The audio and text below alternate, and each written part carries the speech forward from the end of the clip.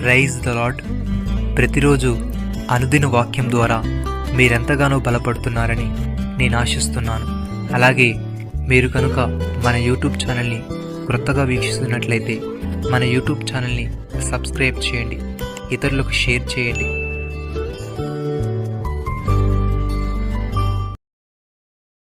ధర్మశాస్త్రం వినువారు దేవుని దృష్టికి నీతిమంతులు కారు, కానీ ధర్మశాస్త్రమును అనుసరించి ప్రవర్తించువారే నీతిమంతులుగా ఎంచబడుదురు. రోమిలకు రాసిన పత్రిక 2వ అధ్యాయము 13వ వచనము. ప్రియమైన సహోదరి సహోదరులారా, మీరు వినువారు మాత్రమై ఉండి మిమ్మల్ని మీరు మోసపుచ్చుకొనకుండా వాక్య ప్రకారము ప్రవర్తించువారునయుండుడి. ఎవడైనను వాక్యమును వినువాడై ఉండి దాని ప్రకారము ప్రవర్తింపని వాడైతే వాడు అద్దంలో తన సహజ ముఖమును చూచుకొని మనిషిని పోలి ఉండును. వాడు తన్ను చూచుకొని అవతలికి పోయి తన ఎట్టివాడును వెంటనే మర్చిపోను కదా. అయితే స్వాతంత్రం ఇచ్చు నియమము సంపూర్ణమైన నియమంలో తేలిచీచి నిలకడగా ఉండువాడెవడో వాడు విని మరచువాడు కాక క్రియను చేయువాడై ఉండి తన క్రియలో ధన్యుడగును. భక్తుడి విధంగా అంటున్నాడు, నా సహోదరులారా, క్రియలు లేనప్పుడు ఎవడైనా తనకు విశ్వాసము కలదని చెప్పినట్లా ఏమి ప్రయోజనము? అట్టి విశ్వాసము అతను రక్షింపగలదా? సహోదరుడైనను సహోదరి అయినను దిగంబరులై ఆనాటికి భోజనం లేక ఉన్నప్పుడు మీలో ఎవడైనా శరీరమును కావాల్సిన వాటిని ఇక సమాధానముగా వెలుడి, చలి కాచుకొనుడి, తృప్తి పొందియుండని చెప్పినట్లా ఏమి ప్రయోజనము? అలాగే విశ్వాసము క్రియలు లేనిదైతే అది ఒంటిగా నుండి మృతమైన తగును. అయితే ఒకడు నీకు విశ్వాసం ఉన్నది, నాకు క్రియలున్నవి. క్రియలు లేకుండా నీ విశ్వాసము నాకు కనబరచుము, నేను నా క్రియల చేత నా విశ్వాసము నీకు కనబడుతున్నని చెప్పును.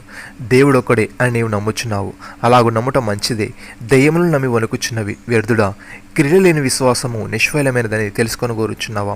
మన పితరుడైన అబ్రహాము తన కుమారుడైన ఇస్సాకును బలిపీఠం మీద అర్పించినప్పుడు అతడి క్రియల వలన నీతిమంతుడని తీర్పు పొందినా, లేదా విశ్వాసము అతని క్రియలతో కూడా కార్యసిద్ధి కలుగజేయననియు క్రియల మూలముగా అతడు విశ్వాసం పరిపూర్ణమైనదని గ్రహించుచున్నావు కదా.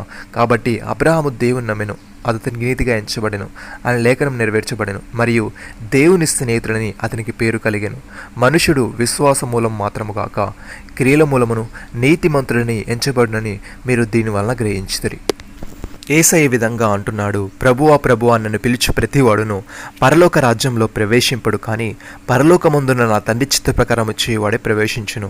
ఆ దినమందు అనేకులు నన్ను చూచి, ప్రభువా ప్రభువా మేము నీ నామమున ప్రవచింపలేదా? నీ నామమున దెయ్యమును వెళ్ళగొట్టలేదా?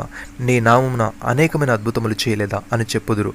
అప్పుడు నేను మిమ్మను ఎన్నడూనూ ఎరుగను, అక్రమం చేయవార్లారా, నా యొద్ద నుండి పొండని వారితో చెప్పుదును. కాబట్టి ఈ నా మాటలు విని వాటి చెప్పున చేయ ప్రతివాడును బండ మీద తన ఇల్లు కట్టుకున్న బుద్ధిమంతును పోలియుండును. వాన కురిసెను, వరదలు వచ్చెను, గాలి విసిరి ఆ ఇంటి మీద కొట్టెను, గాని దాని పునాది బండ మీద వేయబడిన గనుక అది పడలేదు.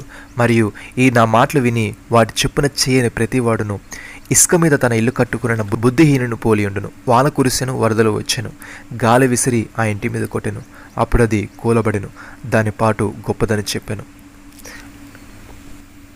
ప్రియమైన సహోదరి సహోదరులారా, ఎవరిని మిమ్మల్ని మోసపరచనీకుడి, ఆయన నీతిమంతుడై ఉన్నట్టు నీతిని జరిగించు ప్రతివాడును నీతిమంతుడు. అపవాది మొదటి నుండి పాపము చేయుచున్నాడు గనుక పాపము చేయవాడు అపవాది సంబంధి. అపవాది యొక్క క్రియలను లయపరచుటకే దేవుని కుమారుడు ప్రత్యక్షమైన. దేవుని మూలముగా పుట్టిన ప్రతివాడిలో ఆయన బీజము నిలిచిన గనుక వాడు పాపము చేయడు. వాడు దేవుని మూలముగా పుట్టినవాడు గనుక పాపము చేయజాలడు. దీనిని బట్టి దేవుని పిల్లలెవరో అపవాది పిల్లలెవరో తేటపడును. నీతిని జరిగించని ప్రతివాడును తన సహోదరుని ప్రేమింపని ప్రతివాడును దేవుని సంబంధులు కారు. నమ్మిన వారు నాతో కలిసి ప్రార్థనలో ఏకీభవించండి. మమ్మల్ని మికిలిగా ప్రేమిస్తున్న మా ప్రియ పరలోకపు తండ్రి, మీరు మాకు ఇచ్చిన ఈ వాగ్దానాన్ని బట్టి మీకు స్తోత్రములు. దేవా, మేము నీ మాటలు విని వాటి చెప్పున చేస్తూ బండ మీద తన ఇల్లు కట్టుకున్న బుద్ధిమంతుని పోలి ఉండుటకు సహాయం దయచేయమని, ఎవరిని మమ్మల్ని మోసపరచనీయక నీవు నీతిమంతుడైనట్టు నీతిని జరిగించు ప్రతివాడును నీతిమంతుడు గనుక మేము నీతిగా జీవిస్తూ మీ సహాయం అందింపజేయమని ప్రార్థన చేస్తూ, మీరు మాకు ఇచ్చిన గొప్ప రక్షణ భాగ్యమును బట్టి మీకు వందనాలు చెల్లిస్తూ ప్రభువైన యేసుక్రీస్తు నామములో ప్రార్థిస్తున్నాము తండ్రి. ఆమేన్.